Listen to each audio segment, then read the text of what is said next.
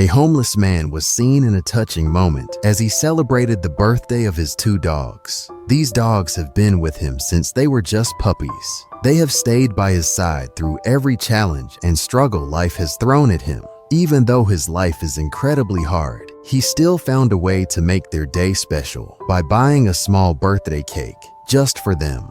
He is hugging and kissing them gently. He wished them a happy birthday with so much love and care in his voice, as if they were his family, which, in many ways, they truly are. After that, he carefully cut the cake and shared it with his dogs, making sure they each had a piece to enjoy. Though he is without a home or money, these two friends have brought him immense joy.